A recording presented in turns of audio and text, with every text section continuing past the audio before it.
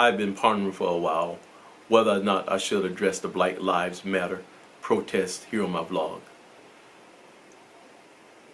After seeing the video, after seeing the full 8 minutes and 46 seconds that George Floyd was murdered, that George Floyd was lynched, I thought this time would be different.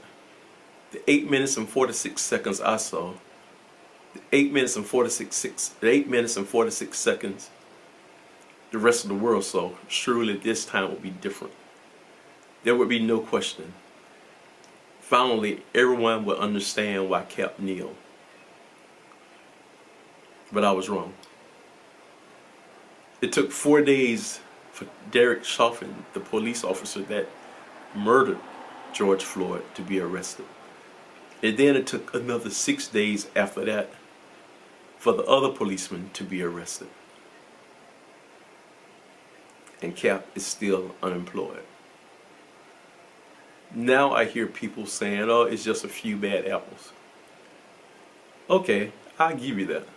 I give you there's just a few bad apples that will go around and murder people for GP. Just a few bad apples in the police department that will murder someone for GP. But this is systemic racism in policing black African Americans. This isn't just George Floyd. This has happened to me in Tampa, Florida, back in 1983. It was either January, February. I guess I could look it up and let you know exactly what year, but it was Super Bowl Sunday. I was going to watch the Super Bowl with some friends. So I decided to go out and get a bite to eat.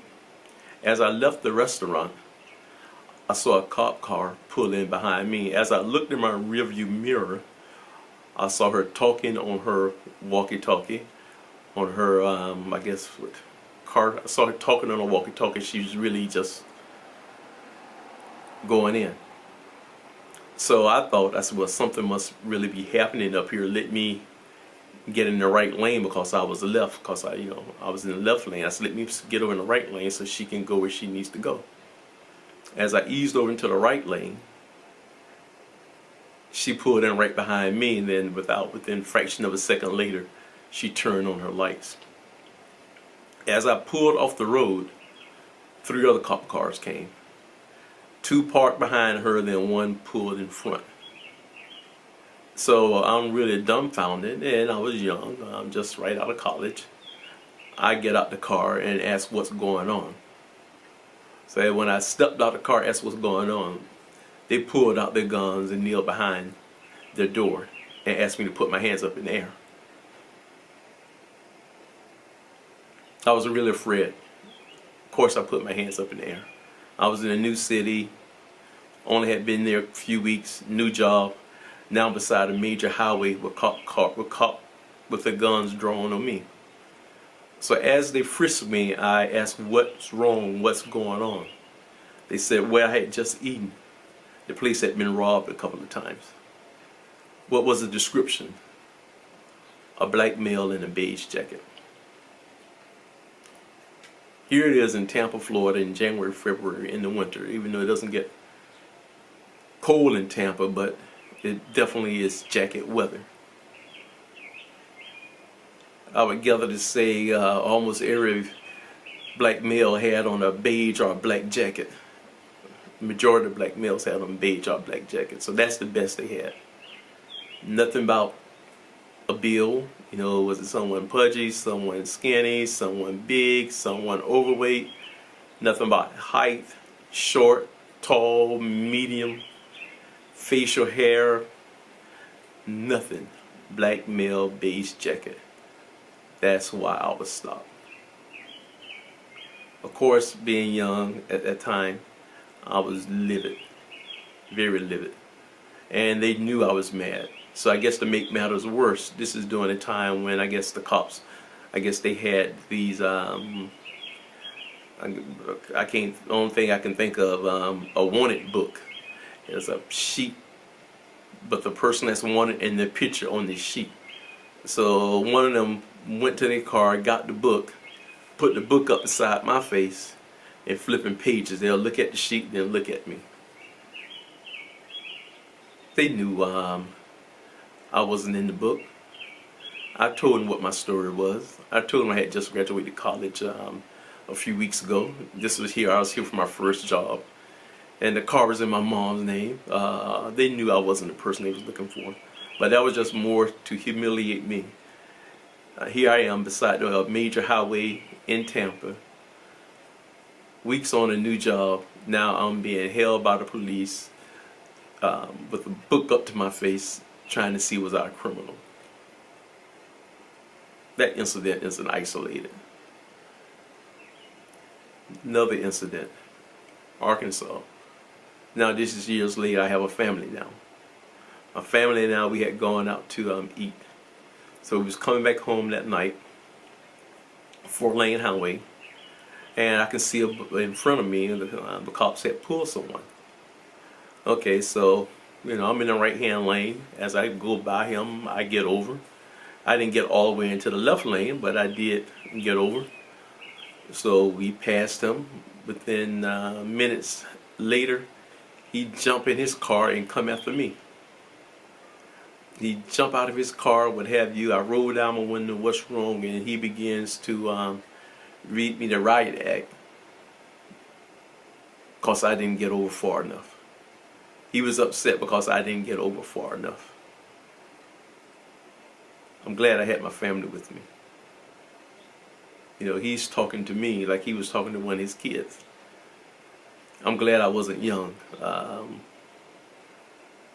like I was back in Tampa, because I would have responded. But that's when it kicked in, the things I've heard, the things I was taught. Your number one goal when you have an encounter with a police officer on the road is to get back home safely. No matter what they said, whether it's right or wrong, what have you, your goal is to get back home safely. And for me, my goal was to get me and my family back home safely. So I sat there, let him belittle me, talk to me any kind of way. But my goal was to get my family home safely. You're probably saying this is just the South. This is just the South. This systemic racism isn't just confined to the South. Washington, D.C., family with me again. We're preparing to get on the road, drive back to Arkansas. It was roughly about maybe 3 o'clock in the morning. If you have kids, if you're traveling, if you have kids, that's a good time to leave 3 or 4 o'clock in the morning because they're asleep. So by the time they wake up, you well on the road, what have you, and they love it because they stop and get a chance to eat somewhere out of town, what have you. So that's a good time to travel. As we were in D.C., I'm in a minivan packed. We get stopped. Cops come to the car. Cops with an S come to the car. Come to the minivan, shining their light, looking in there. They see my kids back there asleep. See my wife and I. Okay, why you stop me? What's wrong? The best they can come up with was drug dealers are using minivans now. So that's why we stopped you. Driving while in a minivan. That's why we were stopped. Pennsylvania. Actually, not too long ago, I'll say probably over the last 10 years. I guess that sounds long, but to me, it seems like it wasn't that long ago. I was only a couple of miles away from my house. Again, family packed up in a car. We was getting ready to go traveling. Like I said, when we travel, we leave early in the morning. Good time to travel. Mile in a pull out our subdivision. Yes, I live in a subdivision where there are just a few black families, but that's my right. Get a mile down the road. Let's say it's 3 o'clock in the morning. Cop pull us again. I get pulled. I wasn't speeding, nothing. Basically, they interrogated me. Where was I going? Why am I out here? I live around the corner. Yep, I live around the corner. Oh, that's all they can say is oh. And as they shine the lights in the minivan to see my family and I. So yeah, I give you one bad apple. Might be a bad apple and just one bad apple. Not one bad apple. There's a bad apple that may just go around and murder someone with GP. But systemic policing causes murder. Systemic policing is what killed George Floyd. I saw some media posts. Actually, I saw a social media post where someone said, why are they still protesting? You know, when you see social media, I was getting ready to, just the fact they can ask that, I was getting ready to really respond in a very not so good manner. But I'm glad I kind of backed off. I said I'll respond later. In that time, I saw a post by Kimberly Jones, and basically she explained it succinctly why we are still protesting. Matter of fact, she gave the analogy using Monopoly. You know what? I couldn't do it justice. I'm going to show it to you.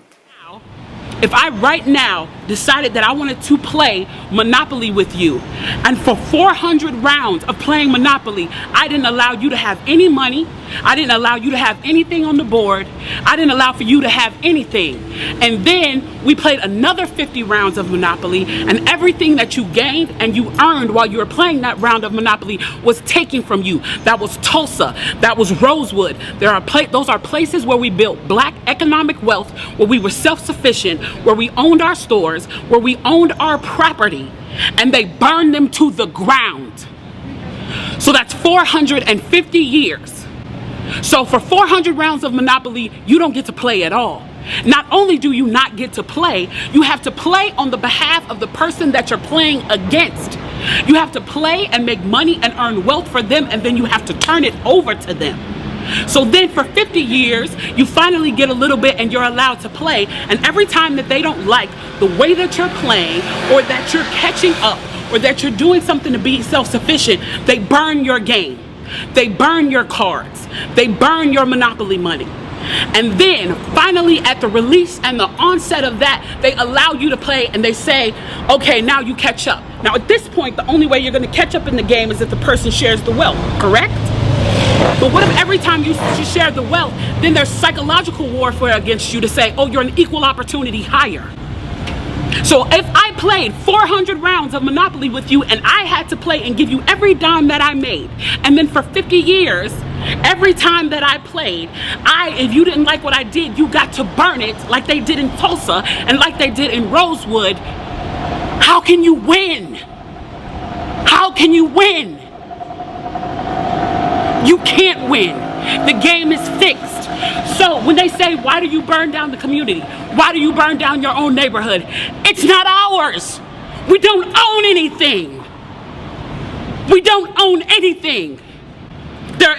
Trevor Noah said it so beautifully last night. There's a social contract that we all have, that if you steal or if I steal, then the person who is the authority comes in and they fix the situation. But the person who fixes the situation is killing us. So the social contract is broken.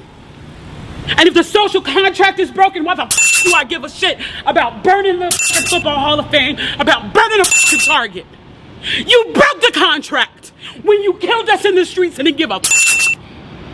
You broke the contract when for 400 years we played your game and built your wealth. You broke the contract when we built our wealth again on our own, by our bootstraps in Tulsa, and you dropped bombs on us. When we built it in Rosewood and you came in and you slaughtered us. You broke the contract, so your Target, your Hall of Fame.